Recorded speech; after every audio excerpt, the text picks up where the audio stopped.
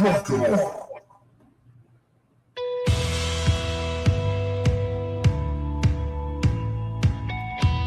everyone, just so you hear me, we have about 8 of our stations, 6 of our stations down. We're going to take time to fix that real quick before we start. So and this old it might take us a minute. Ain't been no good for me. I don't know where I'm supposed to go. So I just sit back and pray the Lord will take my soul where it wants to go.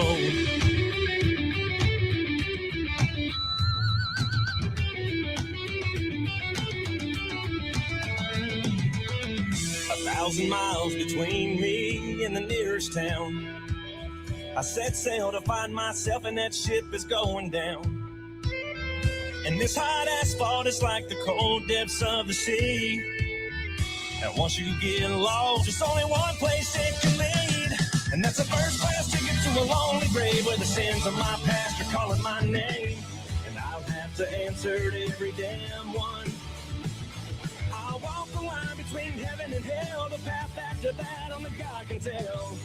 Now will I walk those golden streets or feel the fire below my feet?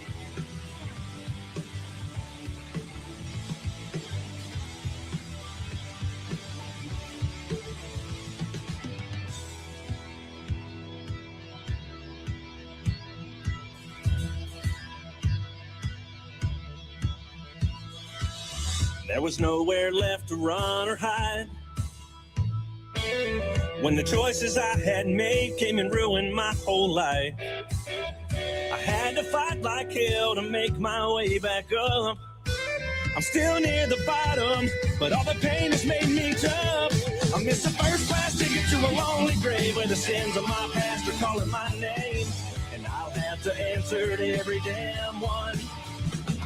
I'll walk the line between heaven and hell. The path after that only God can tell. Now will I walk those golden... It's Sunday, July 19th, and you tuned in to the People's Patriot Project. We got your 6 of 6. Right now, you're listening to WeP3 Radio, proudly produced in partnership with Reads Across America Radio. Together, we share our mission to remember the fallen, honor those who have served, and to teach the future generations the value of freedom. A freedom secured by the brave men and women who have worn our national and local uniforms. Stay tuned for We Got Your 6 of 6. Now playing on WeP3 Radio, Matt Williams, Heaven and Hell.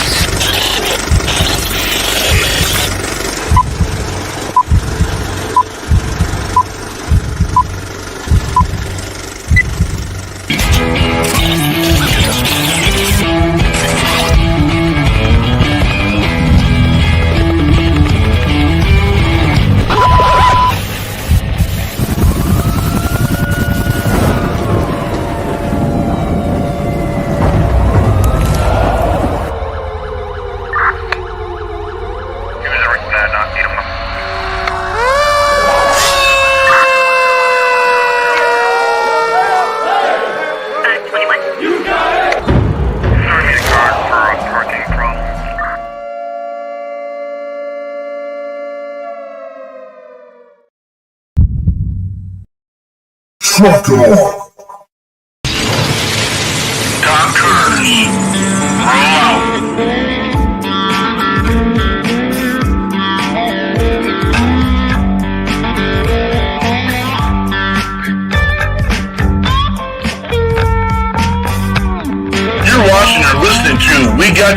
6 at 6, Patriot Playtime. We the people, the People's Patriot Project.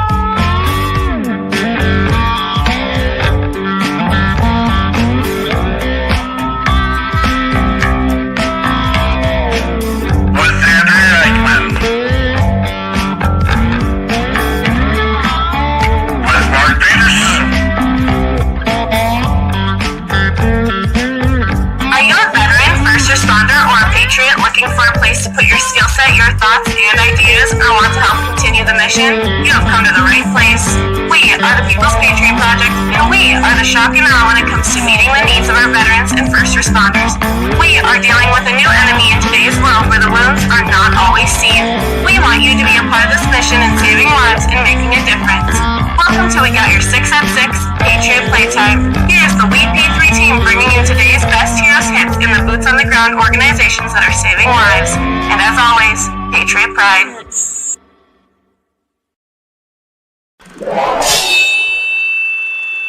Left, your left, hey. Left, right, your left. You got it. Truck it up.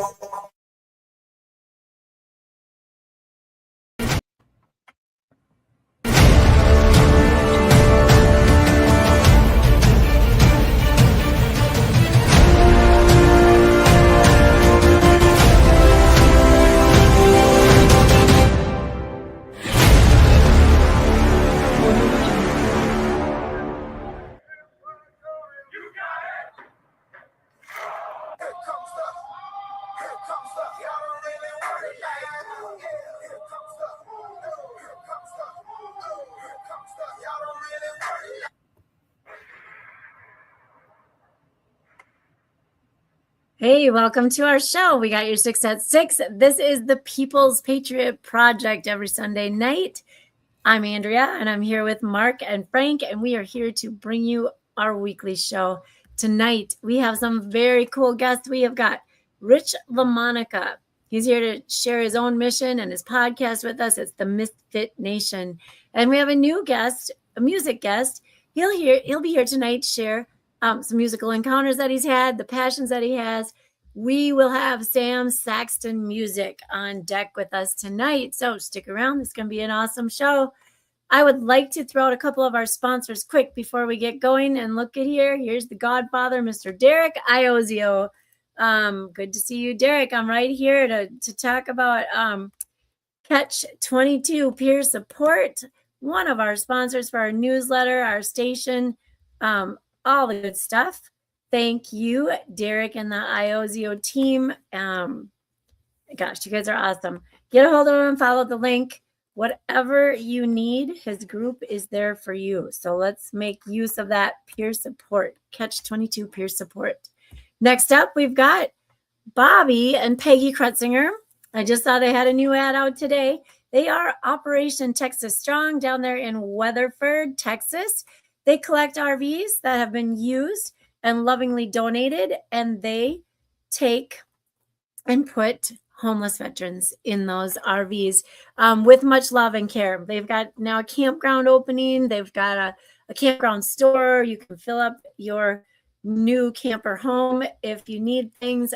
It's pretty cool. Love those Krutzingers. They are busy and they are amazing. And then we have got Business Growth Engine. And we've got Stephen Rainwater and Jonathan Wills, and they know so much about technology, you guys, so much. We thought we were getting a new website and a couple other things, and we got a couple other things and an amazing website and some big things coming. So stick around. Thank you, Jonathan and Stephen, for always being there. If that sounds like something that you might need or be interested in, please let us know and we will get you in touch with them. Quickly as well. All of our sponsors, all of our guests, all of our listeners, we want to thank you. Thank you for being here weekly. Thank you for being our guest tonight. And thank you for being there to support all of those that we have on our show.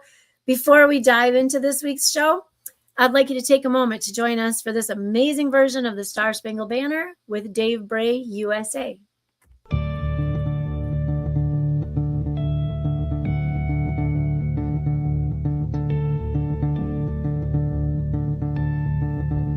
Ladies and gentlemen, please take the time to stand if you are capable of standing. Out of honor and respect, please remove your covers and prepare yourself how you need to show your greatest gratitude for the amazing freedoms and liberties we have achieved under one of the most powerful symbols in the world. Please cast your attention as we respect our old glory.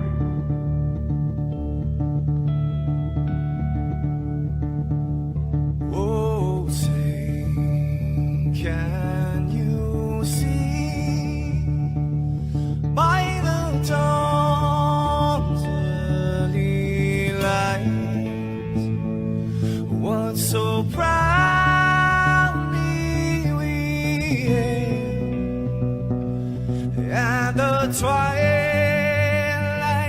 last gleaming, whose broad stripes and bright stars through the perilous fights, oh, the ramparts we watched were so gallantly streaming, and the rockets trembling, the bombs bursting in air, gave proof through the night that our flag was still there. Oh, say, does that star-spangled banner yet wave for the land under the fray, and the home of the brave?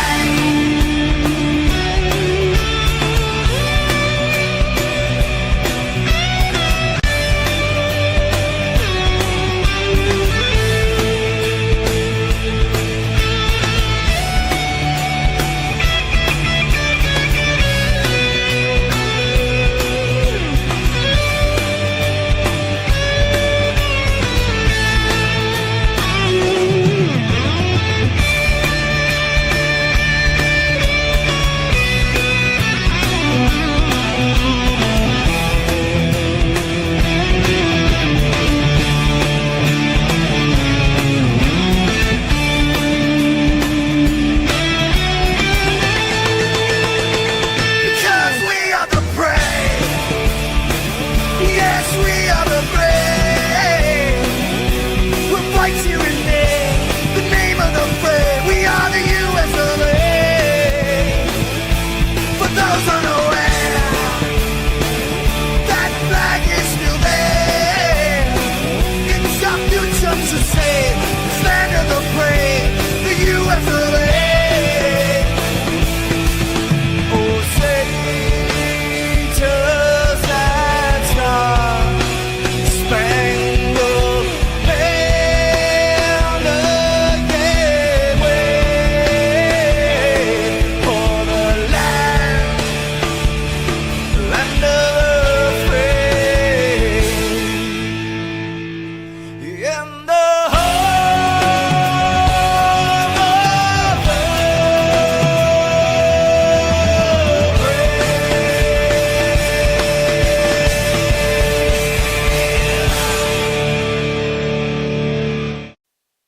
Patriot Pride.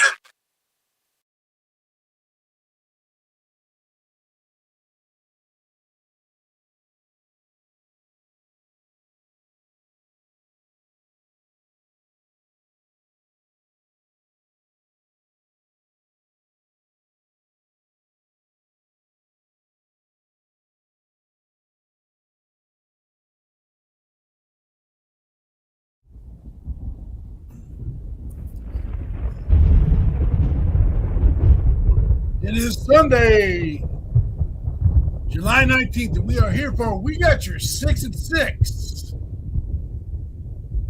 Just got three things to say. God bless our troops. God bless America.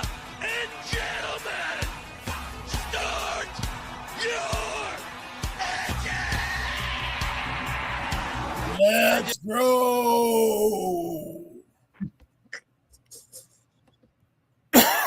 got a tickle in my throat right at the start of this thing, and I can't get rid of it. Coffee. Rich, are you sitting on a box over there, buddy? Say again? Are you sitting on a box? Pretty much. Unpacked all my boxes.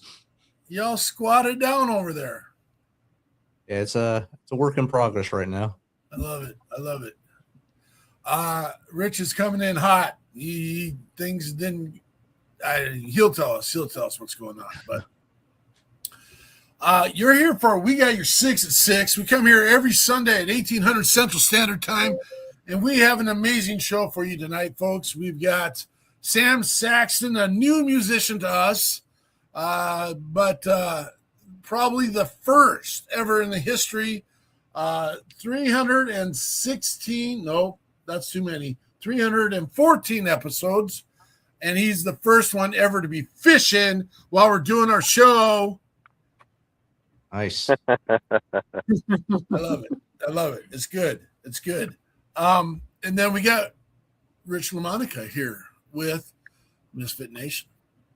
And of course, as always, we have the bird on the head guy. We got Frank the Myth, national renowned author and toothless saxophonist, because it'll come up sometime during the show, so I got to get it out of the way. And then the amazing Andrea Eichmann here, who runs the show and makes us all behave.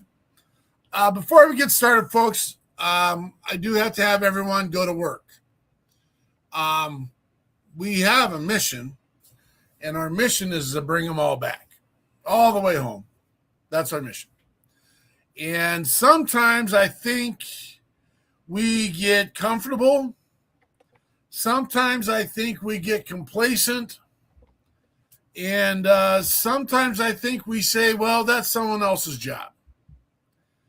And I'm here to say, remember your oath, brothers and sisters. Remember what you said. And let's get them all. We're going to hear a little quick message from one of our mascots, spokesperson, Bastian the Bison. At the People's Patriot Project, our mission is more than just words. It's a call to action. Each of us bears the vital responsibility to check your 6. We begin this important journey with a moment of self-assessment. Ask yourself, are you truly mission ready? If the answer is no, don't wait in silence. Reach out, use your skills, lean into your resources, and connect with your network. Whether you turn to a trusted friend, a supportive organization, or dial 988, remember, you must be battle ready to stand strong for the mission ahead. Once you feel equipped, take that next step. Reach out to 6 people in your circle. Check in on them.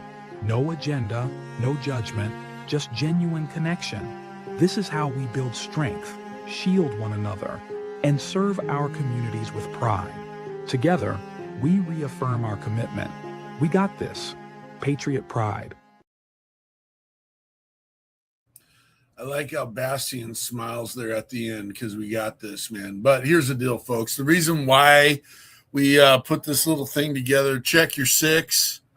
I got tired of listening to people say, hey, why didn't I reach out one more time? Why didn't I say I love you?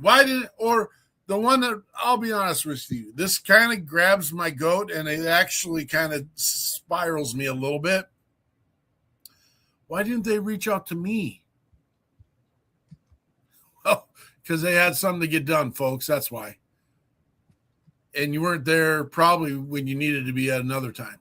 And I'm sorry if that hits close, and if that tugs on the heartstrings, and then if it makes you mad, it is what I've lost several in my life as well, and I didn't do a good enough job, and I'll be the first one to tell you I didn't do enough.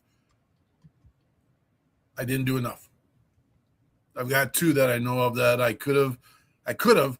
Now, I don't live with it, but at the same time, I'm going to continue the mission. And just because you flop a mission in the past doesn't mean you give up on everything, and you got to hit it on the head and get it going. So I don't know if you get the concept.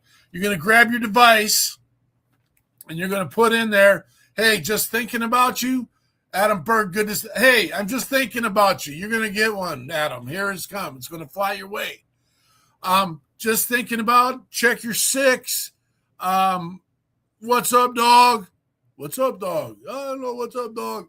What's an up, dog? Do what you got to do. Do stupid military humor and go get them. Send one of your stupid gifts. Send one of your nasty little video things of inappropriateness, and that's all. It's all good.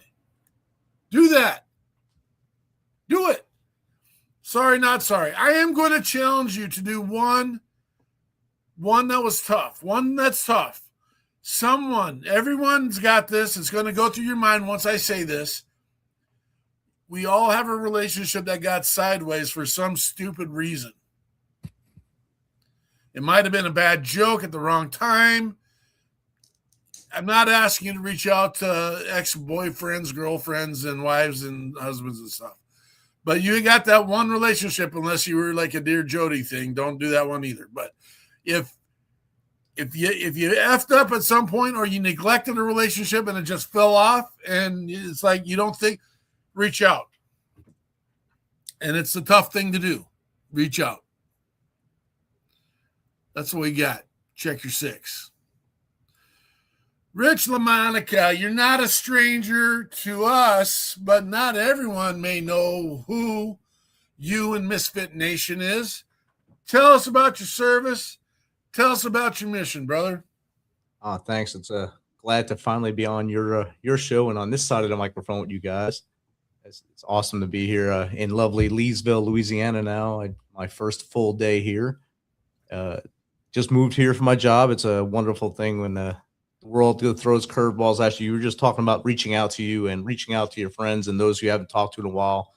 When all this went down about me losing my job and stuff, people reached out to me that I haven't heard from in like 10 years. Said, hey, brother, you all right? Because they seen that little banner on LinkedIn saying open to work.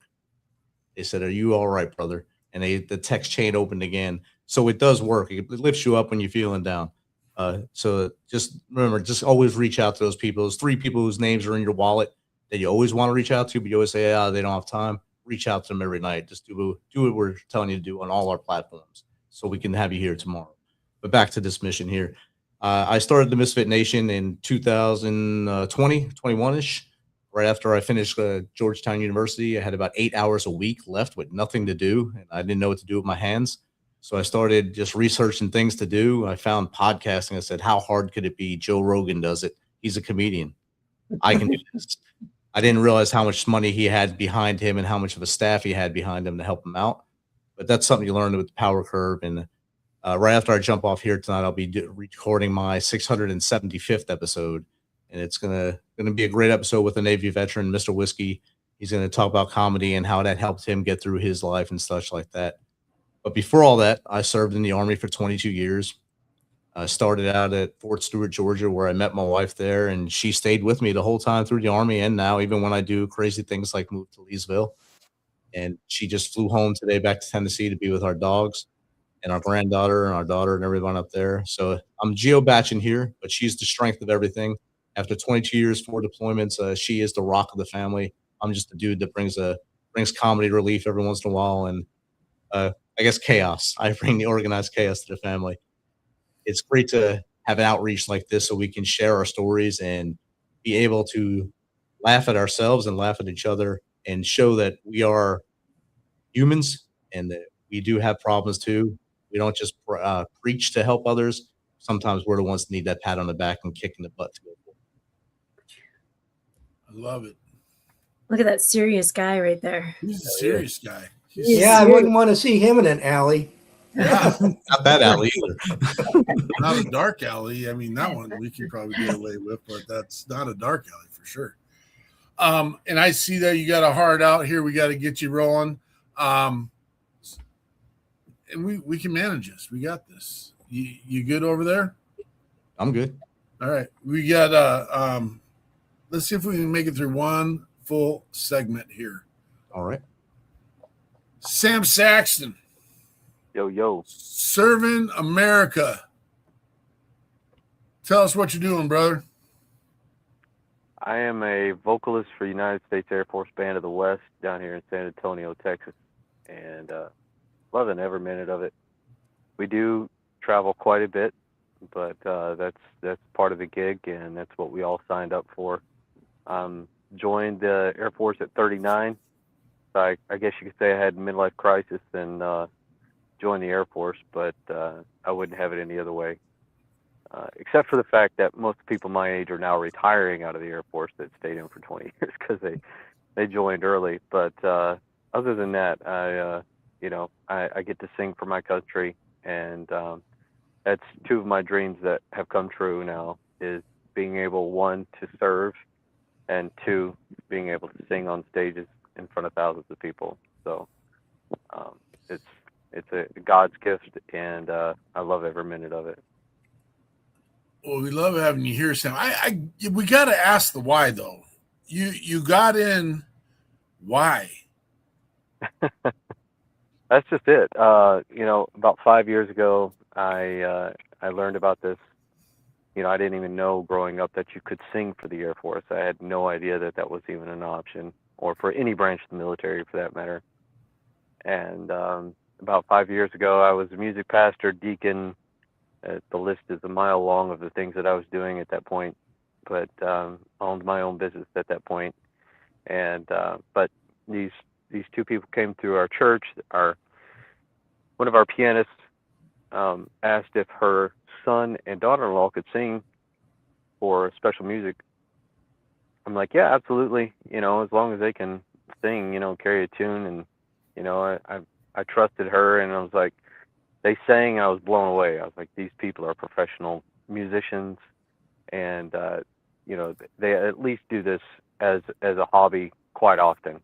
And so I had to sit down with them after church, and I was like, okay, you guys got to tell me what you're doing, because at this point I was doing singing and stuff as a hobby, doing my own concerts and what have you, and I was really trying to delve more into doing it more professionally than as a hobby.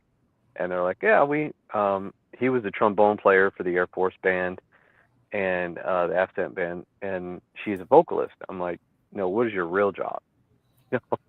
And they're like, no, that's what we do for a living, and that's what we do for the Air Force. And so obviously, because I was a music pastor, they had heard me sing in the church service, and they're like, yeah, they kind of underhandedly was like, yeah, you should try out and all this kind of stuff. And I told my wife, I'm like, there's this opportunity potentially to sing for the Air Force. And she's like, well, you've always wanted to serve.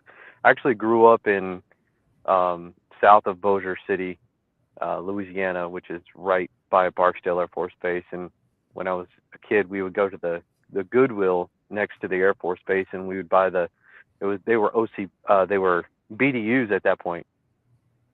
And we would go buy the used BDUs and wear them around, and we were, all me and my buddies, we thought we were military, and so I've always wanted to serve. When I was 17, I took the ASVAB and scored really high. The Marines were chomping at the bit to get me, and my dad told me, no, this is right after 9/11. And so I just kind of put that way on the back burner, as that'll never happen. And when they approached me for the singing opportunity, I was like, well, I guess I could throw my name in the hat. And my wife kept pestering me about it. She's like, well, business, if anybody, if you guys have ever owned a business, there's the ebb and flow and the hustle and the heartache and all the customers that make you want to quit every day. And she's like, you wouldn't have to deal with that if you were in the Air Force. So she kept hinting, and I finally came down here in 2024 to Lackland, January of 2024, and I auditioned, and I won the audition, and by June 17th, I was boots on ground at BMT here, and haven't looked back since. So your wife just wanted to see you in the uniform. That's what that was. Yeah, you might not be wrong about that. That's true. So, what was your nickname in basic? They called me Unk because I was 39 and everybody else was, one of the guys turned 18 at basic. And you got lucky. It should have been Gramps. Yeah. Yep. You're not wrong. You're not wrong. I actually have a daughter that's about to turn 19, so I'm like, half of these guys that could be your dad, you know. So it was good though. It was good. I tell everybody if I could do Air Force BMT at 39, anybody could do it. But well, what song would you like to roll with first? oh man, you talking about one of the ones I gave you? Yeah. Probably my daddy's hands. Okay. Kind of a backstory to that, I think is kind of appropriate. So I had told my dad about the opportunity. He said, go for it. He was actually the pastor. He was a pastor for almost 30 years. And in March of 2024, he passed away unexpectedly. And, you know, I'd always been told that by my mom. She's like, you have your dad's hands. And that never really hit me in a way that it finally did after he passed. And one day I was driving down the road and I looked up and, you know, my hands on the steering wheel. I'm like, she's not wrong. My hands look just like my dad's hands. And I just broke down. I'm like, I got to write a song about this. And so the song is about my hands being my dad's hands, but also being held in my dad's hands as a child, but also being held in the Father's hands is, you know, God the Father. And so, you know, that's kind of the backstory. And yeah, it's kind of a tearjerker if you know the context. So this is Sam Saxton with My Daddy's Hands.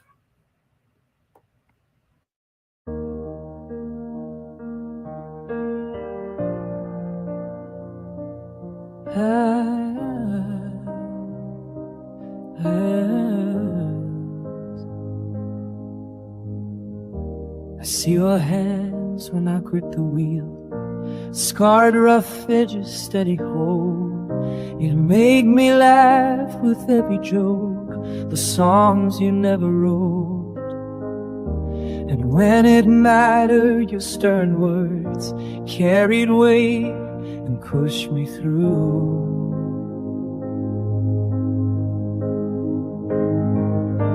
Your hands built a line from work and love. They carried truth and held me close. I was small, I was safe, being led by your hands. And through you, I learned what it means to be held by the Father's hands.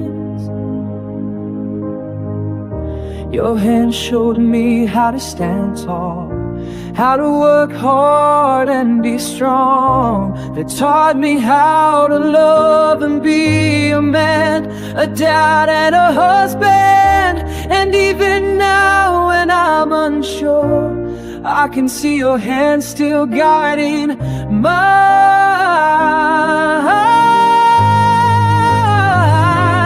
Your hands built for life from work and love. They carried truth, they held me close. I was small, I was safe, being led by your hands. And through you, I learned what it means to be held by the Father's hands. The Father's hands. You left too soon before I was ready, like a page torn from the middle of the story. But it wasn't our story, it wasn't our story. We didn't write this story. You ran your race and finished well. The hands that held me then still hold me now.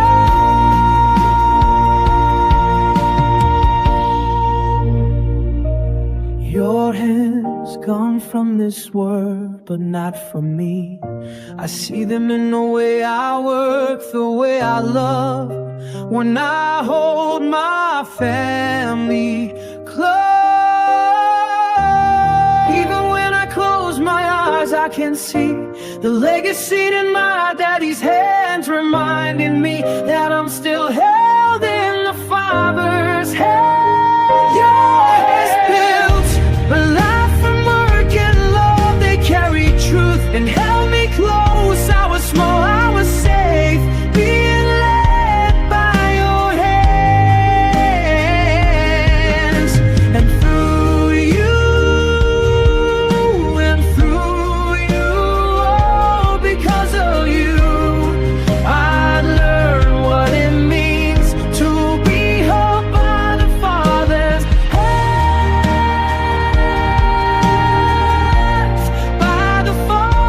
Father's hands, by our Father's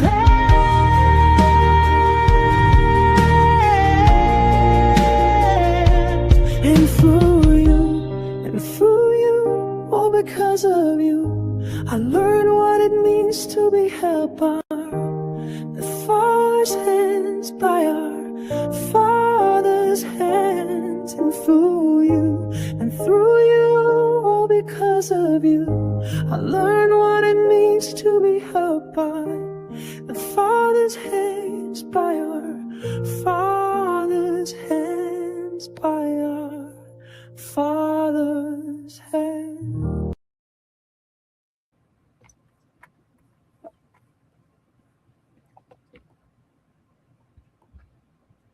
Whoa, dude.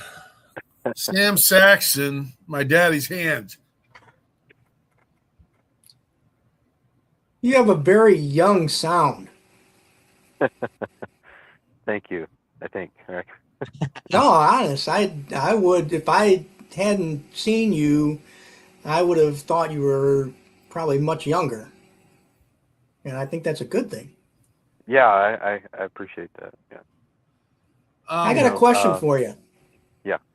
I'm assuming that in the Air Force, if you write a song, is that something you perform at shows? And if you do, is there such thing as rights to the song? I do have the copyrights to this song. Unfortunately, in the Air Force, if I write a song in the Air Force and perform it for the Air Force, it's considered government property at that point. So we actually have a guy that writes a lot of songs. Like the last tour that we went on, he wrote a song, and you know, he doesn't get to claim the rights to the song. But as far as this song specifically, it is mine, and I have the copyright to it. But so it's a bit of a trick, and I've thought about asking my commander if I could perform the song, but in front of a live audience, I don't think I could get through the first verse of it. It's even just hearing it is emotional for me. So trying to sing it at a live audience, it would probably just be the music playing behind me more than most of the time. Yeah, I lost my dad in 2008, and there's not a day go by that I don't think about him and wish he was here. Yeah. It was a shock for sure. He was healthy. He had a heart disease that we didn't know he had, and he ran every day. And he loved running. He was actually trying to get me into running, and I ran with him a few times. Looking back, I should have run with him more often. But just to be able to spend that time. But it was.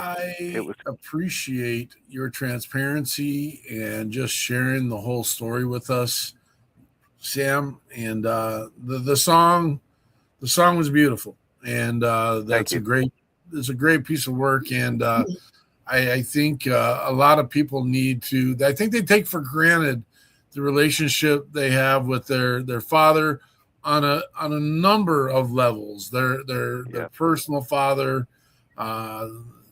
If you're a person of faith, your father in heaven. And I think people take that for granted. And so it's you're one of your check your six, if you're capable, might or should be your father in this evening. And remember, not everyone gets to do that. So just a hint, wink, wink. Go ahead and get that done, folks. Exactly. Yeah. You Thanks. never know when you can't. Oh yeah, that's a Cody Johnson song right there, man. That's yeah. That's a burner too, man. That's probably one of my favorite ones out there, and it's been out for a couple years. But take the chance, because the chance ain't gonna come get you, man. That's sure. Right. Sam, thanks for being here, buddy. Hang with us. We're gonna hope you catch a fish in the meantime. We'll do. Let's bring Rich back in here, and Misfit Nation, brother. Tell us about it. Like I said, I started the show in the beautiful COVID period. And my idea was basically just like what you were saying in the beginning, to get veterans to come on the show, share their story, get that pressure off their chest so that they could breathe a little easier and they can stay with us and be with us into the future. And after about the first dozen episodes, my brothers that were on the show, they wrote me back, called me back, said, "Hey, man, this is awesome, but we need more help. We need other things to do besides just talk. We need to learn how to write a book. We need to learn how to get into music. We need to learn how to start businesses. We need other mental health avenues besides the drugs that the VA is giving us. What can you do for us?" So I said, challenge accepted. So I just started reaching out to experts. And once you open the floodgate, it's like being in combat and saying clear it hot to an aircraft. Everyone wants to come in and drop for you. They want to come and drop their nuggets of knowledge. So they've just been flowing in. And I've had people from every avenue that was asked for come in. I even had a Navy veteran who is in Hollywood come on and share his story, how to get to Hollywood. Just a week and a half ago, 2 weeks ago, I had Kenny Thomas on from Black Hawk Down, and also in home Alabama with Reese Witherspoon. And he was telling his story, how that accidentally happened, how he got into that movie. And sometimes it's just luck. Sometimes it's, knowing people. But having the wherewithal to reach out to people and get all these experts to come on to the Misfit Nation and just hear their stories and learn from them. And I didn't think I would learn so much having so many people come on the show. Frank's been on the show. I learned a lot from Frank. And people come on and they share their story. And all you have to do is be the mirror. You sit there and listen. And you learn so much just by listening and understanding what they're saying, where they're coming from. It was a mountain to climb at first, of course. I was recording in my Jeep. Jeeps are not very quiet. And I learned a lot of lessons on that. And that's why now I have a studio that I had to unpack and rebuild today. And why it looks like I'm sitting on a box right now. And sooner or later, this studio will look a lot better and it'll feel like a real studio after a couple of days, probably once I start kicking walls and getting things angry in here and make it feel a little more home-like. I got my light on back there. So it tells a business. It's like Chick-fil-A, just that we're open on Sundays here. Well, you're coming in hot, and you're going to have to leave here hot, and so we'll switch it up for you because this is important stuff for us. What is the message you want? Well, this is our third segment. What is the message you want to get out to people, and what is going to happen for Misfit Nation and Rich LaMonica here in the near future? What do you want to get done? So the Misfit Nation here in the near future, we're becoming a publishing brand. So I'm going to start publishing not just my own books, but other people's books. I'm starting a magazine called the Misfit Nation Report, where I'll have veterans join in and let them contribute, get their writing skills out there, and first responders as well. And of course, we're going to keep moving forward with the show. My show is on Sundays and Thursdays, and then I have the Tuesday crew on Tuesday, which is my brother and my former coworker, Jake. They get on there and they just, to steal some of Ty Cobb's words, they wax poetic on there, and they laugh at each other, they make fun of each other, and somehow in there they talk to the guest as well. They have a good time, and it's fun to watch them do it. So seeing them grow on there from two guys that used to just heckle me in the comments to now being able to be on the show. Once you put them in front of the microphone, then they change their attitude in the comments. So that helped me a lot too. And I think for me personally, in the near future, I have 4 books in the works right now. Just keep myself stupid busy. I mean, very busy. 2 are nonfiction and 3 are nonfiction. I'm sorry, and 1 is fiction. So So all of them are going to come out probably on the heels of each other in rapid succession, probably starting in 27. Holy cow, dude.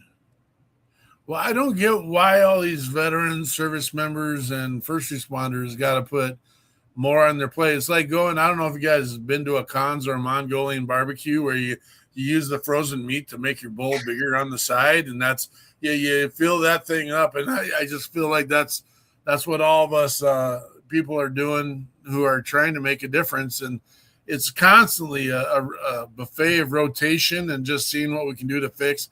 I know Frank is going to want to continue a conversation with you, Rich. We just had this conversation this last week about exactly what you're talking about with creating the editorship world and creating that network. It's a gigantic piece, and I think that might be something. Not that we're going to tuck it in there, but you and I need to get together and talk about Graphene Dome and a one-stop shop opportunity to start bringing our brothers and sisters all the way home. And we need to unmuddy the waters, or, I don't know how you get the smoke back in the canister, because that's not a reality. But we need to stop making it harder for people to find the resources they need. So we appreciate you, and we know we got to jump off and go do your other show. But hang as long as you can and share any more you can. And, again, we got to get you back on, brother. Definitely. Thank you for having me. And next time I'll be off the box. Okay. I appreciate it. Well, I see it's a chair, but it's you squatted down there. You hid behind your name tag the entire time. I don't know. It's like, I'm bad. Thanks for being here, Rich. Thanks. Whatever we do to help you, let us know. Appreciate y'all. Thanks, brother. Thanks, Rich. Take care, brother. Sam Saxton. Yes, sir. You killed us on your first one. I mean, it's Appreciate that. It's you got a life story. You haven't shared in this, but you also have 6 children on top of entering the military at you said 39, is that correct? That is correct. Yeah, 39. Isn't the cutoff 42? It is. So I just barely made it. All right. That was thanks to the program that I created, by the way. Seriously. Wow. Yeah. We recruited green card holders who spoke languages used in the Middle East to support the units. And we couldn't find enough that were within the recruiting age. So they extended the age limit in the Army to 42. And then everybody else just picked up. Well, little high five to you. You're welcome, brother. He likes to fluff. He worked in that little building called the Pentagon. I don't know. It's the funny part was it came as a directive from the Secretary of Defense. That's what they called them back then. And they tasked every branch of the service to do the same thing we did. And the other branches just said, we've got other stuff we want to work on. So they didn't really pursue it like we did. Yeah. Well, the Air Force apparently got it done. No, I mean recruiting the language skilled people. Oh, sure. Yeah. Right. Yeah. Being a linguist has never been in my. I struggle with the English language, so I can't even spell bilingual. So. Yeah. Right. Yeah. So. Sam, what do the kids think? You being a superstar musician and getting out there, and you're in the Air Force, and you got the little tiny mosquito wings on your sleeve. I saw that. It's like, what is this guy doing? What are the kids thinking? Well, before I got in, we, talked to even before I came down here and auditioned, we had a family meeting, and anytime we make a big family decision, whether it's to move or whatever, we sit our kids down and we're like, okay, this is the plan. What do you guys think? What are the pros? What are the cons? And honestly, our list of pros was so long, the cons didn't even really matter at that point. You know, obviously being in, you see the cons you didn't even think about, but they're really, you know, they're irrelevant. But it was the family unit, as we call it, was just 100% on board. And you know, just like the other night, I was tasked with singing the national anthem, which I get tasked quite often to do. But it was for a professional indoor football league down here in San Antonio called the Gunslingers. And you know, I said, well, I have 6 kids and a wife, and I've got some friends that might want to come too. And they're like, we'll give you as many tickets as you want. And so, you know, not every gig that I get to go do does my family get to tag along. But in instances like that, it's just, you know, they get to see me in action, and then we get to have a fun time and enjoy a good football game. And they got all kinds of free stuff. My wife got a free football that says "We the People" on it, you know, and the emblem on it. And but to answer your question, the kids are, they love it. They love living on base here in San Antonio. They go to the school here, and like my 2 oldest, 17 and 18, about to be 19, they're at the Exchange right now, just hanging out with their friends. And you know, it's like a mini mall, and anywhere else here in San Antonio, I wouldn't feel comfortable with them doing that. But because we're on base, you know, the teenagers get to be teenagers like we were growing up, you know, the life we had growing up when it was simple, small town America. And so just those little nuggets of, I don't know, privilege. I that's probably the wrong word, but they're privileged to be able to do the different things that they're able to do, or you know, coming down to the creek and fishing literally half a mile away from the house. And you know, it's just been a blessing, you know, but I will say being A1C financially with 6 kids, it's been a little rough. If you know what if you don't know what an A1C makes, you can Google it and it'll tell you exactly what I make. But that's been the biggest adjustment. Like I said, I was a business owner. I was a city councilman out in West Arizona, in Quartzsite, Arizona. And then my wife also worked. She had started a school with my dad. And so we were making really good money. Probably more money than we'd ever made in our married life. August 1st will be 20 years, so we've been married quite a few years. But you know, that's why we sat our kids down and we're like, look, we've got all of this going on here in this town. They had their little group of friends there in the town, and all of our kids are social butterflies, so they make friends with people at Walmart. But so I wasn't really too worried about that. However, you know, they're full supportive, and you know, the shows that they get to go to and get to go backstage and see how things work. And I mean, so much so that my oldest daughter, she's also a singer. Well, all of my kids sing, but my oldest is really going to try to pursue being a vocalist in the Air Force as well. So I guess you could say it's paid off. You know, tell her to try the Army. The Army, no. Let me tell you why. Don't count it out. Yeah. I enlisted in the Army band right out of high school, and we went in as an E3 in the basic training. When we went to advanced individual training, we were promoted to E4, and then when we got to a post, we were promoted to E5 or E6, whatever position was open. Yeah. So don't discount. Yeah. Don't discount it. I could have done that had I, like, I'm in a regional band. So our region is Texas all the way down to Florida. But had I gone to Premier Band, I would have done the same thing. I would have sewn on tech. And, you know, all of my MTIs were all sore about it because they're like, as soon as you graduate, you're going to be my rank, and I'm like, actually, I'm not. but the trumpet player that I was in basic with, he plays for the band, the President's Band.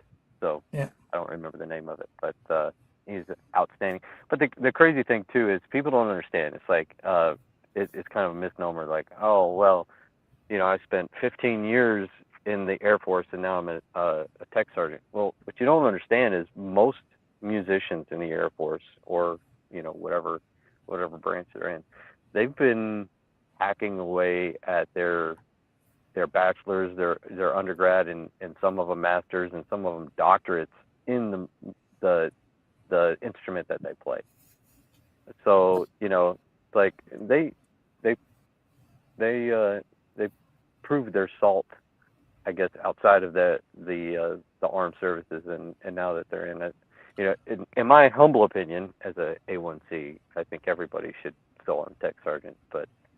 There might have been a little difference between the time Frank was signed up for the band and your daughter. This is Frank back in the day when he was in the band. And so there might be a little bit of difference between now and when Frank signed on. So we play pretty close with Fort Sam Zone, which is the Army band, and a buddy of mine that I roomed with, we went down to Florida. Not this last TDY, but a couple TDYs before. He was my roommate, and he's a trumpet player for the Army, and he's actually getting out because he just doesn't get to play as much as we get to play, because it's the way he explained it to me is, he has his job and then he gets to play trumpet. In the Air Force, it's the opposite. The Air Force, you play your instrument, and then we have admin duties that we do because we're self-contained units. We do all of our own finances. We do all of our own media and everything. And so I'm actually in the production side of the house. So that's my admin or my other duty. But from 9:30 in the morning till noon, I'm singing some way, somehow, whether it's learning new content or rehearsing with the concert band. It's my job. And a lot of people don't understand that. For the Fifth Army Band was my first assignment as a musician. Wow. How does one go about booking one of these, you guys to come and play? Yeah, it's actually fairly easy. You can go to airforcebands.com, and you can see there will be a tab that says request a band.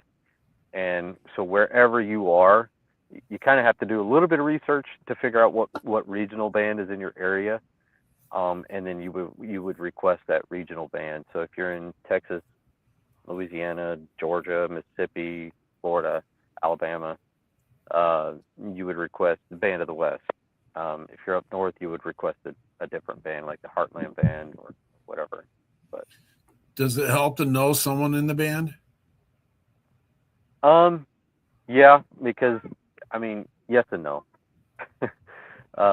If you guys wanted to request us, you could shoot me a text and say, hey, I just put in a request, and then I would go talk to our ops team, and I would, if it didn't really fall into our criteria, I could probably smooth it over with them and try to convince them that, yeah, it does fall into our criteria. What does it cost to book the band? $0. We go to high schools a lot. The band, like I said, we are self-contained, so we have our own finances. We have our own budget for the year, and we know about how much things are going to cost for us to go to TDY down to Florida or whatever it may be. And like even for concert halls that we book, we actually pay out of pocket to give free concerts to the public. And every concert that we do is free to the public. Do you ever get together and do like battle of the bands and do all the region things, and you guys like come out with like elbows and stuff and throw trombones at each other and stuff? Well, they did just this last week. They had a Texas Band Association, and all the different military services were there. And I wouldn't call it duking it out, but it was definitely a camaraderie building exercise, and even along civilians, some of the symphonies and orchestras and stuff around the area and around the country were there as well. So it was. I wasn't a part of that because I was actually tasked to do, like I said, tasked to do the anthem for the San Antonio Mission Gunslingers. Not Mission. Mission's the baseball team. I've sang for them several times, but the Gunslingers is the arena football. So I had to do that while they were off playing their instruments. So if we had like an event in Louisiana, let's say, we would be able to book you guys. Absolutely. And maybe not necessarily, like I said, we've got different bands that do different things. Sure. Like if you had like a VFW get together, I would suggest booking the rock band. They're going to play your top 20 hits and pop music, and they're more like a cover band than anything. That was who I was tasked to when I first got in, and we went all over our AOR and did all kinds of concerts at air shows and high schools. And one of the cool things that we get to do as well here in Texas, it would be comparable to our DARE. You guys remember DARE from public school? So down Texas, they do, it's called Red Ribbon Week. And what Red Ribbon Week is all about is, staying drug-free, tobacco-free, alcohol-free, that kind of thing. And teaching kids that, there is something bigger than your sphere of life right now. And so we throw on this huge rock concert. Our rock concert is called Top Flight. Our rock band is called Top Flight. And we just go rock out with the kids for a few days, and they bring in the public schools and into an auditorium that fits about 2,500 kids, and we just rock out with them and talk to them and tell them stay off drugs. And then we kind of throw in a little bit of Air Force stuff to say, hey, do you guys like to fly drones? You can do that at the Air Force. Do you guys like to, who wants to be a doctor? Who wants to be a dentist? And that kind of thing. So we're kind of subliminally, throwing the idea of recruitment in there as well. But the main thing is to touch the kids' hearts and say, hey, drugs is not the choice, and stay drug-free. So that was something that I had no idea that the bands actually did. And so, obviously having 6 kids of myself, being able to do that to reach out to the generation after me was super powerful. I just love doing that. But yeah. So, but to answer your question, to get a band there is not hard. Just put in a request. Doing something in Louisiana, like I said, we're going to be in Louisiana in September. We'll be at the Shreveport Municipal Auditorium. I think it is Shreveport Municipal or Bossier Municipal Auditorium, either one. In I think around September 9th or the 11th, I can't remember, but it'll be a patriotic show. It'll be free. You'll probably have to secure a ticket online, but it's free to the public. So, have you had any bites tonight? Not at all. Like I got my rig set up and finally found a good fishing spot, and I cast and got hung up in a tree. And then I was like, I gotta get set up for this podcast. So I just was like, well, let the kids. Are you trying to catch flying fish? I guess. I don't know. There's no fish in the trees, so I figured that out. Damn. They're not up there. Well, what song you want to roll with now, brother? Through Fire, I think. Yeah, you got a lead in for that? So, a buddy of mine, HM1, that I was telling you about earlier, he plays the guitar, he sings. He thinks he's not a good singer, but he actually is. and he's actually a pretty dang good guitar player too. And he and I were sitting out in my backyard, and he's like, "Hey, let's write a song." And so he wrote the melody, and we went back and forth on the lyrics and stuff, and it just within an hour we had this song put together. And it's about rising up through the hard times. Honestly, it's just, we all go through hard times, like you were saying, especially military, being deployed, or just life circumstances, even if you're not military. So when we wrote this song, it was like, this would touch anybody. So that's the best lead in I've got for this one. By the way, his name is Fennis, Ramel Fennis. He's HM1 Fennis. He's a good dude, good friend of mine. I'm looking at Mel Fennis. This is To the Fire, written by Mel Fennis and performed by Sam Saxton.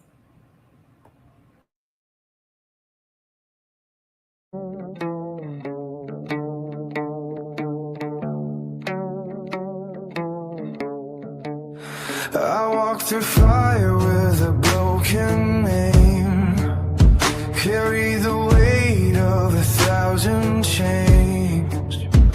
Every shadow whisper my fall, but I kept on running through it all.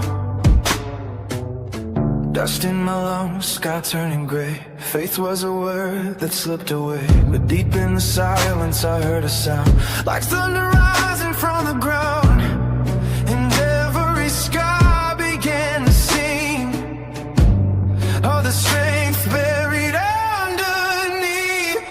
Can you see me now, standing in the flame?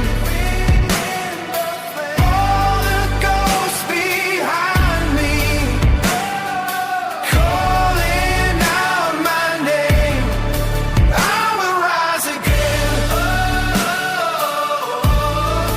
through the storm and pain, from the ashes of yesterday. I will rise again. I stood on the edge of a shattered dream, watching the tide pull back from me. Every promise carved in stone felt like a road I walked alone. But in the dark, a spark remained, a quiet truth inside the pain, that even broken wings can learn the sacred art of how to burn. Every fall became the seed of the man I'm meant to be. Can you see me now, standing in the flame? All the ghosts behind me, calling out my name. I will rise again, through the storm and pain, from the ashes of yesterday. I will rise again, Higher than mountains of doubt, stronger than silence or fear. higher than heavens calling out. You were never meant to disappear. Can you see me now? Can you see me breaking every chain? Breaking every chain. All the years behind me, Were not lived in vain. I will rise again, Let the whole world know. from the ashes of yesterday. Watch me rise. Watch me rise.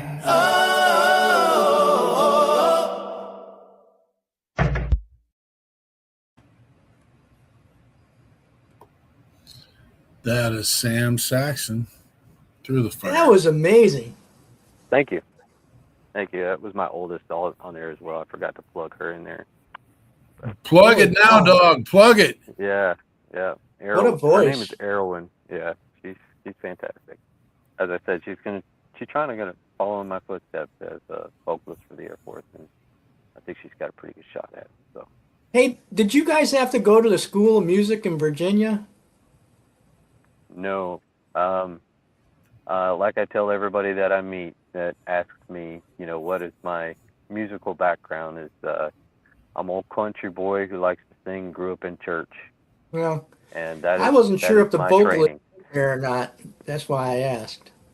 Yeah, a lot of the instrumentalists and our conductors, obviously, they've got their doctorates in music, and so that's why I kind of feel like I've got imposter syndrome, because I'm the only one that doesn't have a musical degree. I just show up and I sing. So, but yeah, 99% of the people who play instruments have degrees in those instruments. So. Outstanding stuff. When how long are you planning on being in the service? I'm hoping for 20 years. I've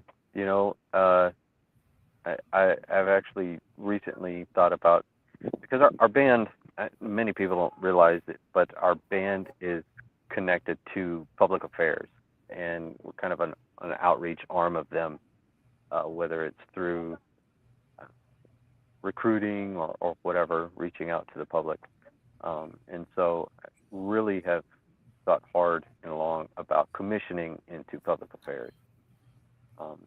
But if I can't do that, because, I'm 42 in August, and so the cutoff age is 42 for that as well. But, God willing, I get to do 20 years either as a vocalist or, in some respect into the Air Force. That's my plan as of right now. I don't really have a plan B. That works.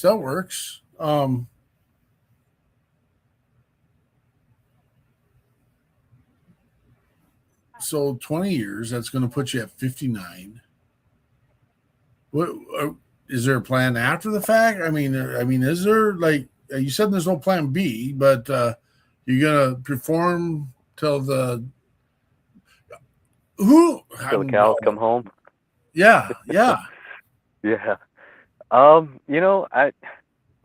It's crazy, because in my younger years, I was like, well, I'll be too old to sing at 50. And then I look at these old cats that are, been famous since 1975 or earlier, and they're still singing on stage. I'm like, I don't know, who knows? But I've often said that, if somebody picks me up with a label because they hear my voice and they're like, I need to record a label with that guy, I might step away from the Air Force and do that full time. But I think that would be the only thing. But as I said before, I was a business owner. I'm very entrepreneur minded. I've thought about various different jobs that I could do,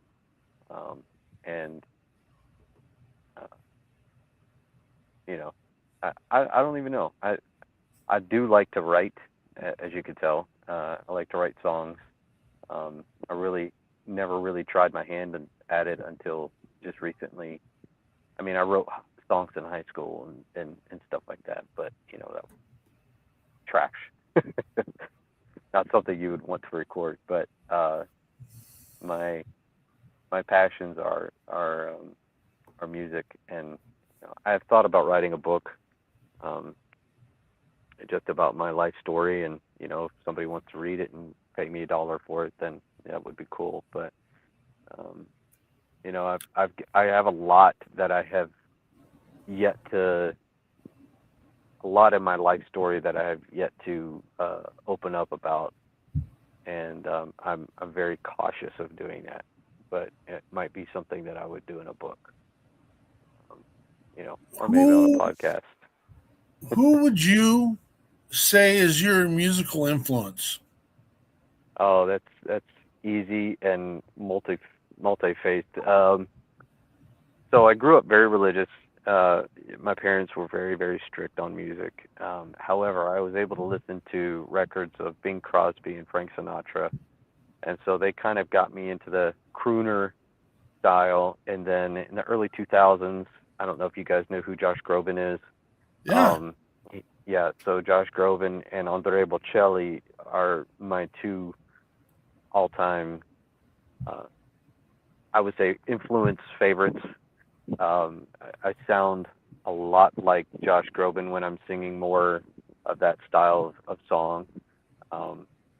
One thing that you have to do in the Air Force is you have to be a chameleon and figure out how to change your voice to the style of music that you're singing. And so when I sing the anthem, I don't sound like anything you've heard, like in those recordings. So, but you know, you can go to my YouTube page and kind of figure out what I sound like when I sing that kind of stuff. But those guys, Michael Bublé, you know, and pretty much any crooner, but early on it would have been Frank Sinatra and Bing Crosby. You know, grew up watching White Christmas every Christmas because it was something that part of our tradition. And so just that timbre in their voice kind of always stuck with me. But I don't know everything. I'm the first one to admit that, but this was the exact conversation I had with Andrea. Is like, this guy is what we would call, and you're saying crooner, and I call it croner, and that's because I'm a hillbilly from Wyoming. But, and I'm just like, yeah, and I like it, a lot. Yeah. And so, that's really cool to have that conversation. And maybe we need to change. I mean, we love Dave Bray and we love the version of the national anthem we have, but maybe we need to hook up with yours and see where it goes. Yeah, for sure. I'd be happy to do that for you guys.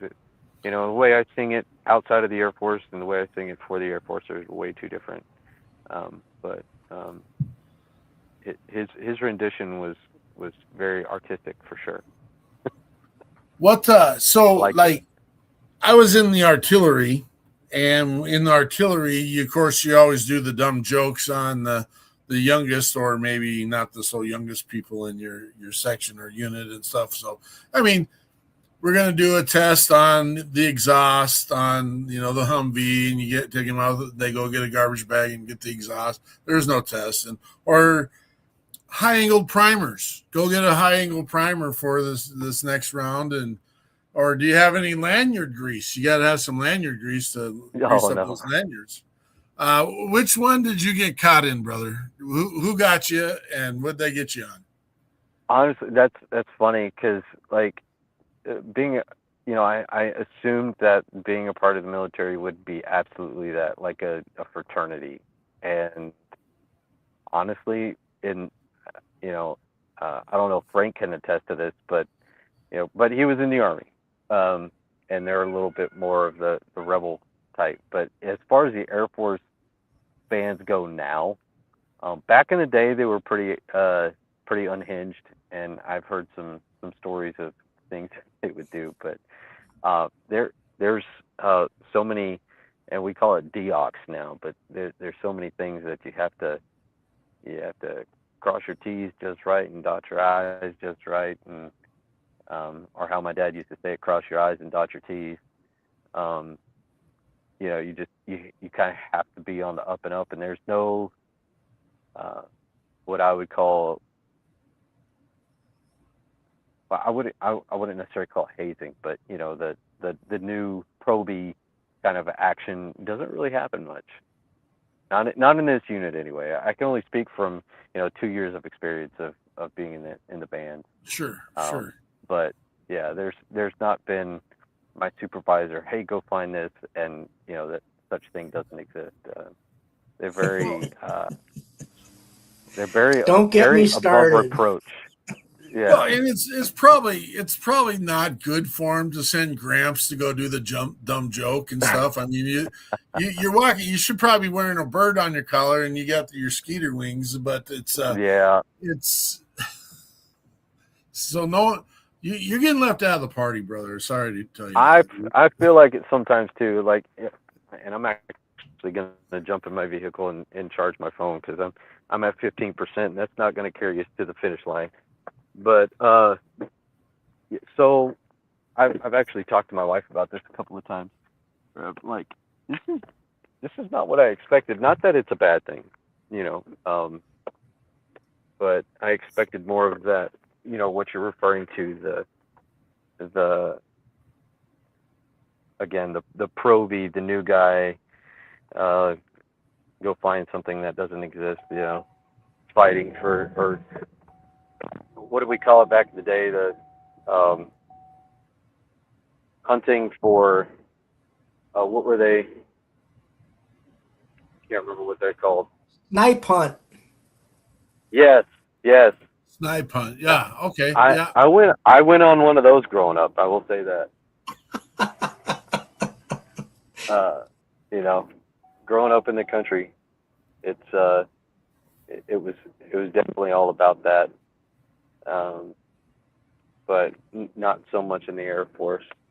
Well, not so much in the Air Force band. Like I said, it's one of those things that I thought would be there, but is not, which is fine, Fair enough. I mean, well, it's like what Mark said earlier. I went through in the mid 70s, so I'm sure it's changed a lot since I went through. But I went to basic training with PFC E3 rank, and after the first week or so, the drill sergeants asked me what the hell I did that would give me PFC rank, and I said stripes for skills. And they said, well, what skills you got? And I said, I'm going to be in the band, drill sergeant. And he turned around and looked at all the other drill sergeants and said, we got a flute tutor. Oh, wow. So what they did was every time I saw them, I had to do the Budweiser song. Bump, bump, bump, bump, bump, bump, bump, bump, bump. And it was about a week before we got out of basic training. We were at the rifle range, and I was running ammo because I was a good shot. I already qualified. Yeah. And I saw my two drill sergeants talking with the lieutenant, the company commander. And so I came up towards them, and I started doing the Budweiser song. And the lieutenant turned around and looked at me and says, soldier, what are you doing? And I said, well, sir, the drill sergeants, and the drill sergeants are going like this. And I said, the drill sergeants told me whenever I saw them, I had to do the Budweiser song. Oh, no. And he says, oh, they did. So he said, you can go, soldier. And I turned and started yelling at him, and we formed up in formation to go back to the barracks. And it was like a 2 or 3 mile march, and drill sergeants looked at me and said, Demith, rounders. So you had to run around the entire formation all the way back to the barracks. But I loved it. I got him. Yeah. You had the last word, that's for sure. It was worth every step. Yeah, I bet. That's hilarious. What's the big thing, the one thing that Sam Saxton wants to get to achieve through all this, and where do you want it to go? That's a good question. In life, in Sam Saxton's life, leave a legacy for my kids to follow and be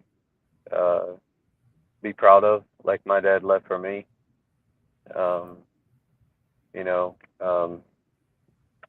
Honestly, be the best dad I can be, and husband I can be.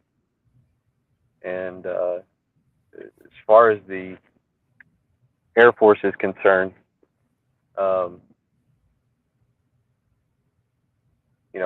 obviously leave a legacy, but impact people in a way that I wouldn't have been able to do outside of the Air Force, which has already happened. When we were in Florida, there was a World War II veteran that I got to meet and talk to, and outside of the Air Force, I probably wouldn't have had that opportunity.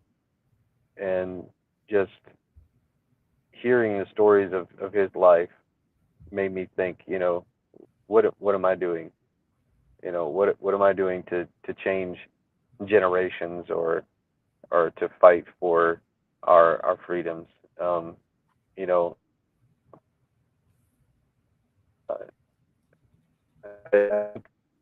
Beginning, and it's kind of, I don't know, you can call it what you want, but leaving a legacy that my family's proud of, and that I could say, God pulled me through some pretty dark times, and then has given me a path to go forward with, to raise these 6 kids to be patriots that love God and love country. And one second.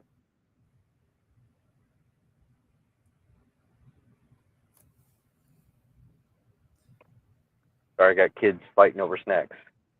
Oh yeah. What's the options? Yeah. Always chips. Chips are always an option. And waters and Gatorade. But yeah, I think that's really it, is leave a legacy that I know that I impacted my kids and my grandkids, one day, to say that I live my life for God, I live my life for my country. And at the end of the day, if you do those 2 things, I think you've done what you were supposed to do. I love it. Let's get Frank's news for the day, and then we'll get the last song, and then we'll shut her down, folks. Let's do that. Frank, what do you got for news today?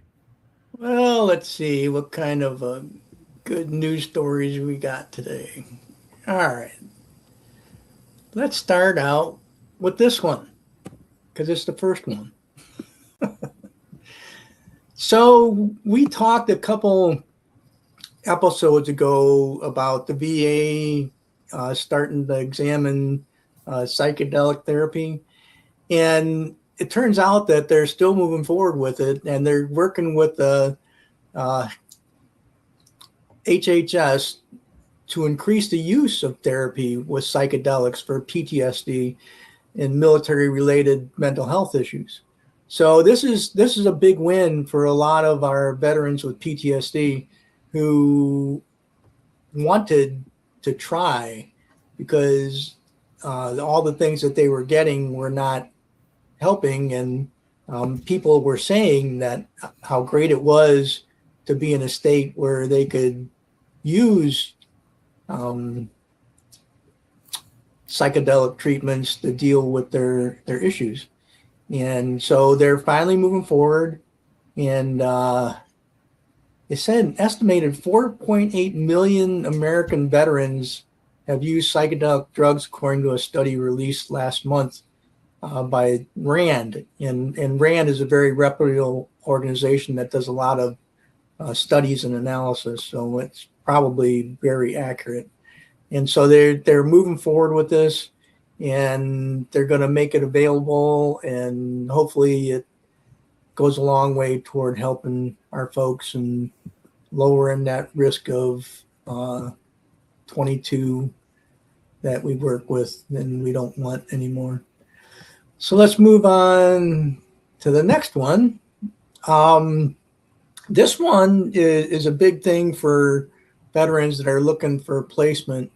The U.S. Patent and Trademark Office is opening up jobs for veterans, more than 1,000 jobs. And I know someone who has looked into this, and they're trying to figure out what positions they qualify for. There's not many that are on USA Jobs right now, but there's veteran placement people in the VA for finding positions for veterans. And I would suggest that if anybody's interested in trying to find one of these jobs, go through one of those folks and see if they can get more information, because they have, not only are they looking for 1,000 jobs, but they're able to hire people quickly.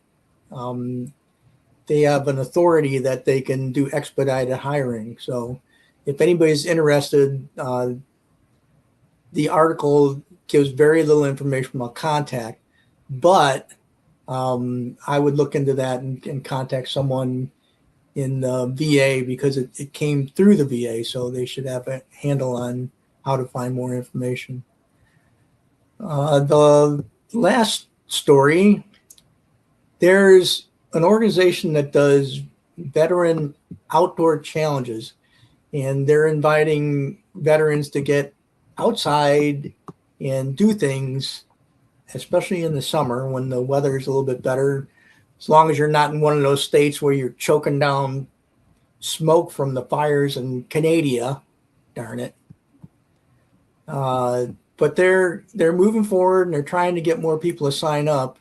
It's called, they partnered with Team Red, White, and Blue, or Team RWB, and it's a veteran service organization dedicated to fostering healthier lifestyles and stronger connections among veteran service members and supporters.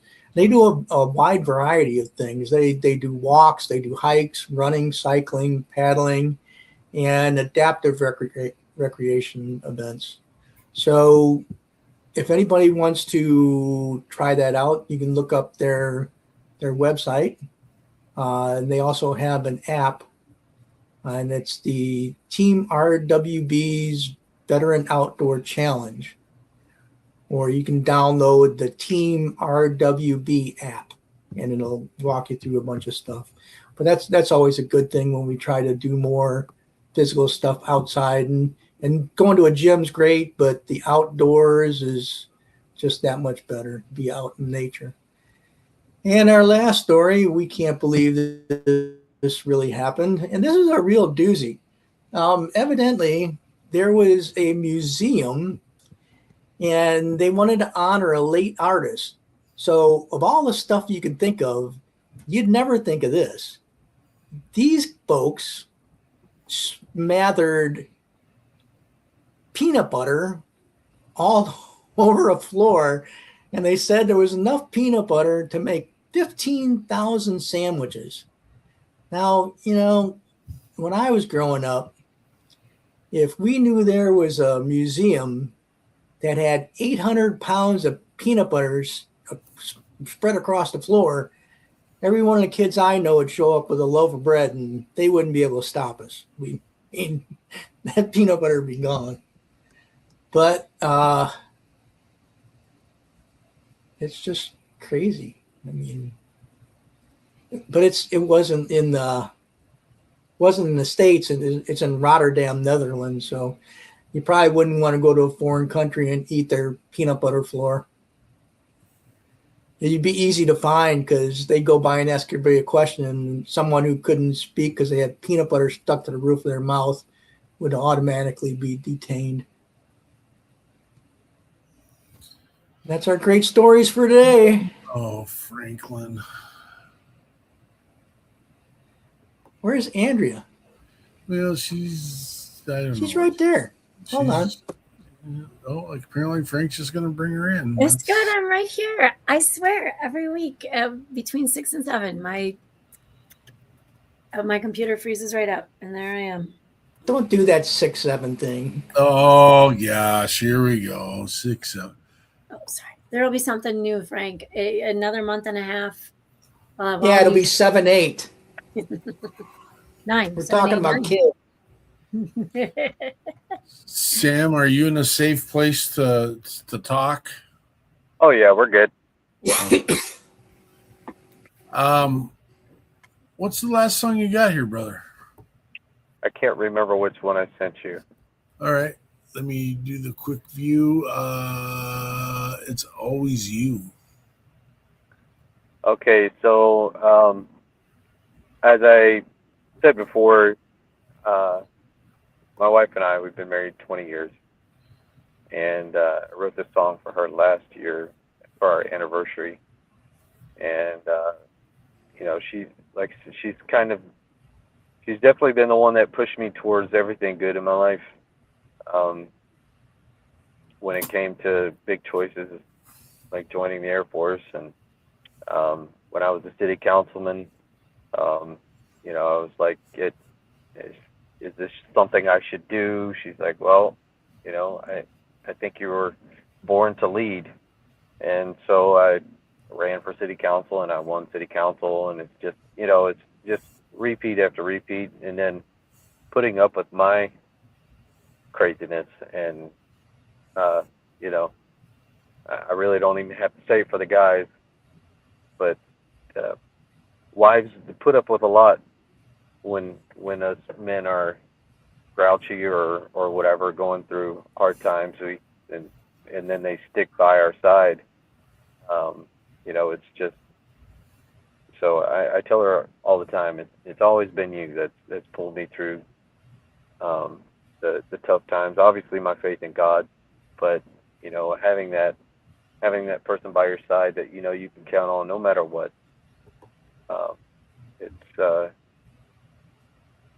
It's one of those things that you just is rarely found anymore, it seems like. And so that was my inspiration. Obviously, she's our 20-year anniversary is coming up, and the inspiration behind that kind of fed into that as well. But we've been through a lot together. 6 kids.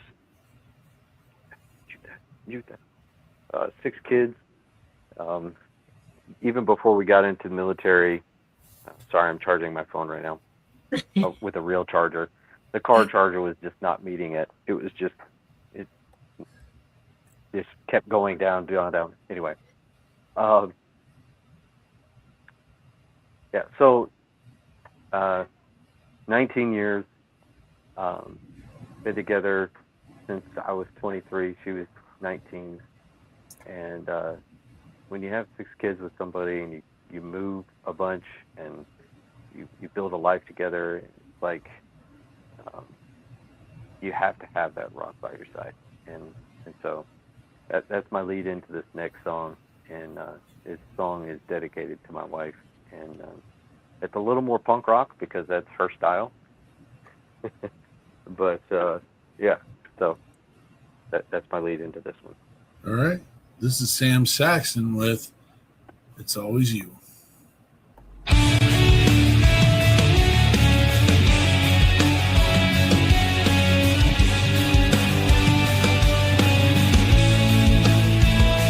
I saw you, and my heart knew my dreams finally had a name. Through fears, joys, or sorrow, my constant, my compass is you. When the nights grow heavy and the days long, your voice still carries me through every road I've taken, and choices I've made. Your love always pulls me back to you. It's always you. It's always been you. The reason I keep breathing, the place my heart belongs to, the truth that sells me, the love of my life. I'll fly forever on these wings of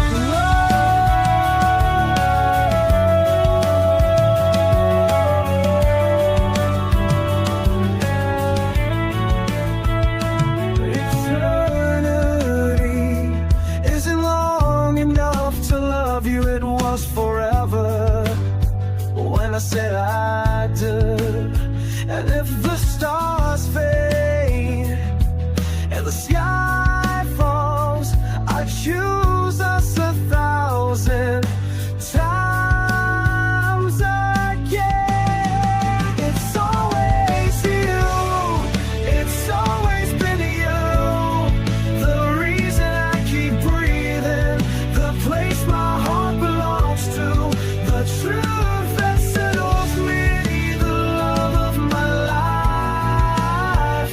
I'll fly forever on these wings of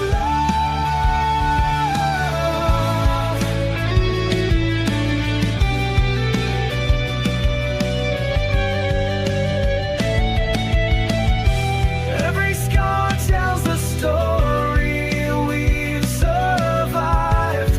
Every tear proves that love's alive. No storm could steal what we've begun.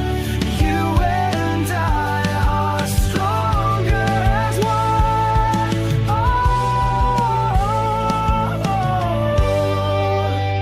It's always you. It's always been you. The reason I keep breathing. The place my heart belongs to. The truth that settles me. The love of my life. I'll fly forever on these wings of love.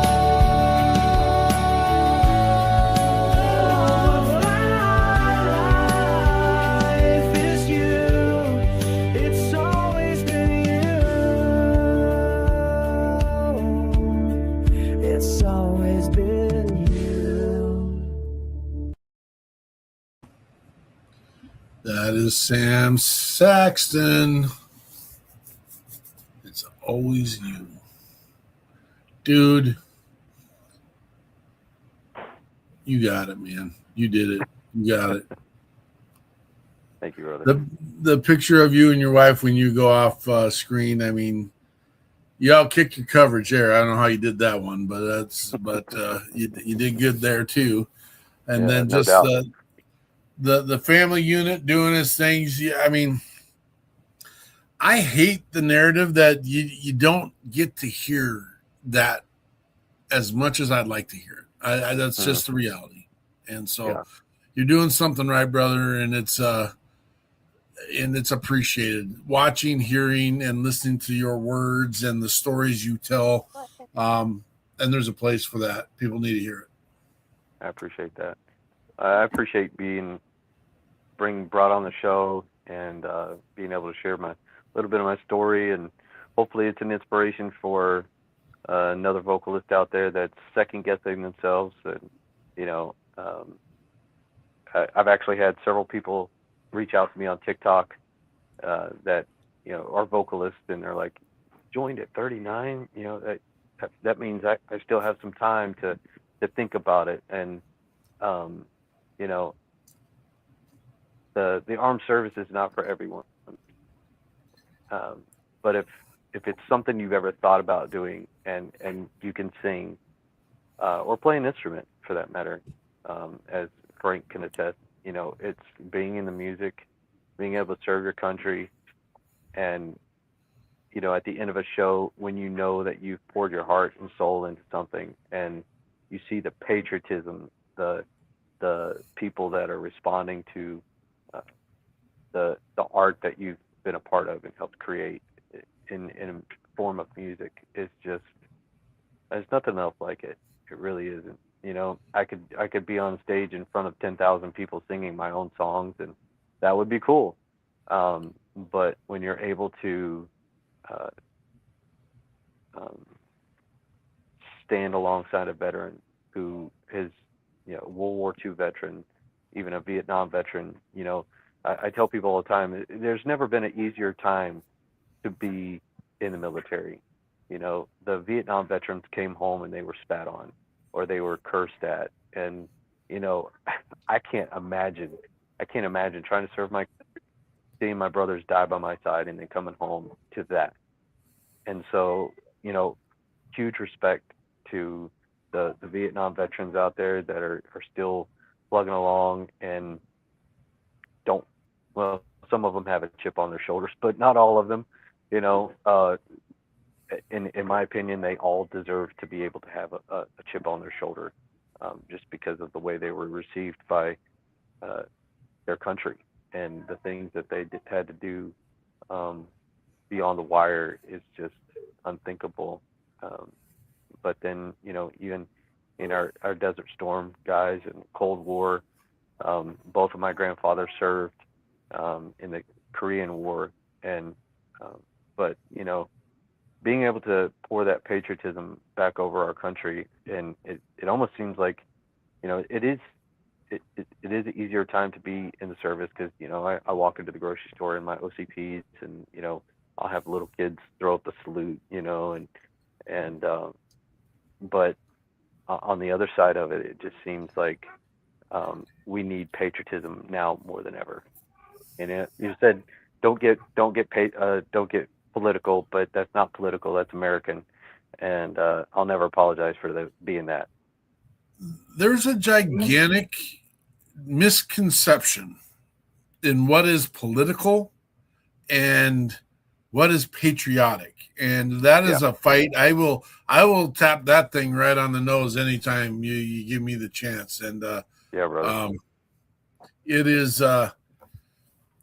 there's some significant push to make it political, and sure. I don't quite understand the whys. It's weird. Looking at the content and the pieces and trying to figure that out. But I appreciate your message. Super excited. I believe we got you out of the Mike Corrado network. Did Mike interview you? Yes. Yeah. No, great guy doing his thing. Yeah. Gonna help him up in his world and doing what he's getting done. And super excited about what you got going on, brother. If you ever need anything, make sure you reach out to us, and we're here to help and support. And the same. I'd like to be a part of anything you guys got going on for veterans. If you need an anthem sang at a veterans thing, like I said, we're 100% free. So if you need somebody to sing the anthem for a gig, and you want the Air Force to be represented, the Air Force will fly me to you guys, and it'll be a TDY for me, and get to spend some time with you guys. So that'd be cool. You got to fly commercial to do that, or they got your own plane for you? No, we fly commercials. Not first class, though. Not first class. Oh, well, you could always kick it at the counter if that's what you want to do, but it is what it is. Right. Yeah. Well, what an amazing night. And we're here at that time where we got to shut it down. We're going to let Sam get back to his family, and looks like they're off the pond now. It was a creek. It's dinner time. So dinner time. What's for chow? Yeah. What's for chow? Not fish. I don't even know yet. Not fish. You tell the whole family over to the DFAC. Make them go through the line, and they'd probably kick us out of there. So we're at the closing point, and this is where we do final thoughts. And so I'm going to switch the order up a little bit. We'll go Frank, Sam, Andrea, then myself, and we'll do a little closeout for Mr. LaMonica and Misfit Nation as well. So go ahead, Frank. Okay. I want to cover two things really quick. The first one, unfortunately, the folks that don't get to listen to the military musicians don't understand that the people who join the bands in the different branches of the service, they're professional musicians. They're professional singers. They're professional musicians. The people that conduct the bands are professional conductors. It's not like they just bring somebody in and give them a horn and say, learn how to play this. These people all know how to play. I was a professional musician before I joined the military. And that's what they're all like. And the second one, based on what happened to Rich, the other thing people don't understand that leave the military, the business world and the civilian side is brutal. And that's the only word I can think of that's fitting for a podcast. There is no playing around. There is no nothing. I got fired by a person that I knew. I volunteered to leave a company and go and work with him as a business development executive.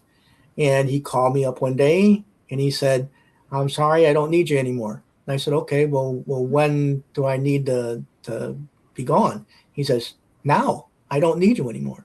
So I found out on a Monday that I didn't have a job. And that's the way it is. The civilian world is cutthroat.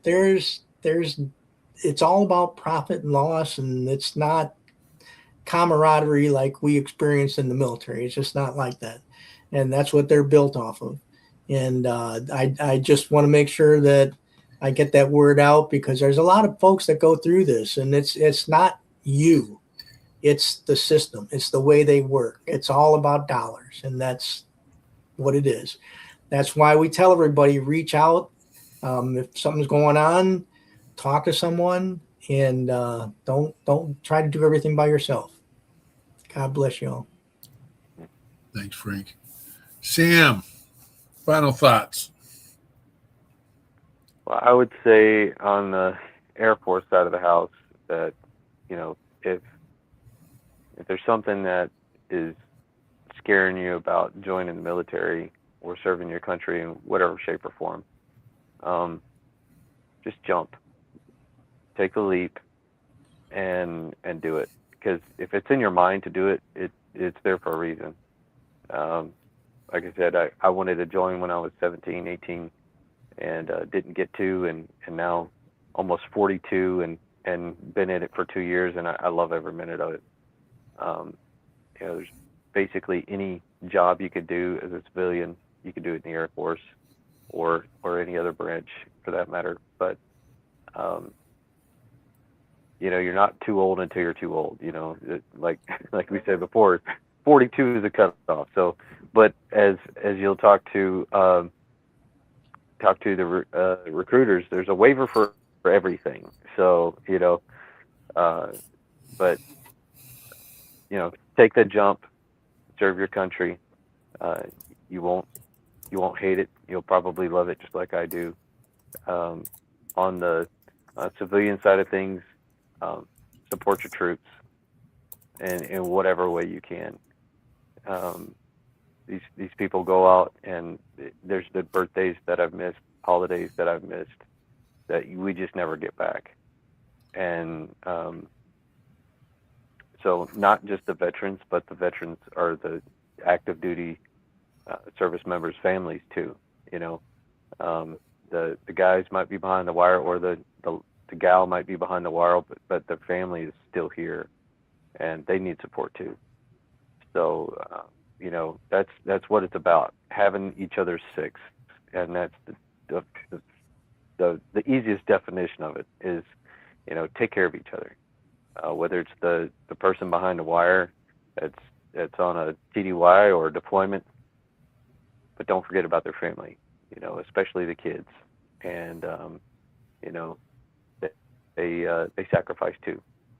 So just whatever you could do, whether it's show up for a meet and greet or VFW outreach or American Legion outreach or whatever. Support your troops, support their families. I love it. Thanks for being here, brother. Miss Eichmann. It's my pleasure. Yeah, I want to first thank you, Sam. I know that you may be newer than a lot of the people you're serving with, but I think you are a great mentor. You come across as a leader. You are, you know what I mean? Like you may be with someone who's been there around longer, but I think you're a great mentor. Clearly your passion. I'm feeling it because I'm old. I think I'm a little past 42. I don't know if a waiver could get me anywhere near, I don't know. Maybe the kitchen has a spot. Anyway, stop. Yeah, I watch from the sidelines. I can listen and close to empathize, but I love it, and I love that your children are loving it. It's all fitting together. So thank you for sharing. And you know what? The biggest part I thought about your share is we've had, and we are close to a lot of people that were in the band throughout their military career. It's not, even though they're doing music now, it's not on their chest. Like yours is here on your chest right now. And I love that. And we've had a few of them say to us, hey, thanks for looking at me as military and a musician. Like, even though I'm not serving anymore, I appreciate it. And then there was a female, one of the very first ones was like, you know what? I get recognition for being a veteran, a female veteran, being a musician, but nobody has put it together. So that's what we like to do here is that's why you're here, is bring that piece together. We like to celebrate your service and then your passion for music and all of it together. So thank you. And family and faith as well. That's my pleasure. Much appreciated. Yeah, for sure. Absolutely. And I wanted to just throw a couple things in for Rich since he had to take off. So he is U.S. Army veteran. I don't take anything bad on his page. They're all Army veterans. Sorry about all that. But anyway, he has a Tuesday show as well. He doesn't do it so much as I think his brother and one of his buddies. Jake may be on here with us in the near future as well. But he talks a lot about, I don't think this is where I got the word mentor. I'm looking at it now. He talks a lot about the mentors that showed him how to take care of people. And that sat right in his heart. And that's, like he said earlier, why he wants to help, what he's looking to do to help others is all those transition pieces, all those necessity pieces in between service, whether it's military or first responder service. These are the people we hook up with because they have missions that are so similar to ours, helping fill in those gaps, take care of those rough spots, whatever it is to get you over the hump and into a more positive situation. So, Rich, if you're out there, he might still be up and on his own podcast, but we thank him for coming in as well. So, very good. Thank you, Ms. Eichmann. Just a little bit of Mr. Craig. People say there's waivers for everything. Mr. Craig Morgan, a veteran, not veteran, service member of the Army, re-enlisted at age 59. So there is a waiver opportunity. I guess I got 3 years to make that decision. I don't think I'll be making it, but we'll good for Craig. And again, I think his mission's a little bit different than what I don't think he's pounding sand, that's for sure, digging foxholes, but he's working as an ambassador for the Army and with using his music as a skill set, just like Sam is doing. And I think it's really important to get out there. We do have his links up in that get a chance to get out there and support these musicians when you can. Again, Sam, thank you for your life mission and what you've done and what you've chose to do. And thank you for your transparency and sharing the stories of your father, about your family, and that this is really a family-driven mission for you, and used your family, not used, but included your family in the decisions to serve America. And what a blessing. And I think I'm sure there's many tough days, and that some things don't always click exactly right. I mean, fighting over chips, that's probably an important thing that needs to happen too. And yeah, Dad doing a podcast when it's time to eat chow. What do you know what you're having for chow yet? I think we're gonna have chicken wrapped bacon. Chicken wrapped bacon. Put that over. Or bacon wrapped chicken. Is it? Yeah. It does. It's all good. It's delicious. Chicken wrapped in bacon. Yeah. Yeah. It's all. Yeah. You're a blessing, brother. Thank you for being here. You're always welcome to come on and be part of the panel. We've got. I appreciate it. We're here every Sunday, folks. 1800 Central Standard Time. I'm amazed at LaMonica's numbers and what he's doing, but he's pumping out 3 a week. We're happy with our 1, and we actually do 2. We'll be here tomorrow at 16:30 sharing on the WeP3 weekly debrief what exactly the People's Patriot Project is getting done, what we really do, all the things. And so come check us out tomorrow. Tonight was about LaMonica and Mr. Saxton. And then next week, we are blessed to have, again, another amazing lineup of amazing veterans that are out there. We got Shannon Book. What a dude. He will rock it out of Texas. And Mr. Sean Young of Recover Out Loud podcast. That's weird. We had back-to-back podcasters these weeks, but that's okay. We got this. Go enjoy that family, Sam. Thank you for being here. Thank you for the WeP3 team and what you guys do. We're going to keep killing it and keep bringing them all the way home. Make sure you're out there and you go check your 6, and we will see you when the smoke clears. Patriot Pride.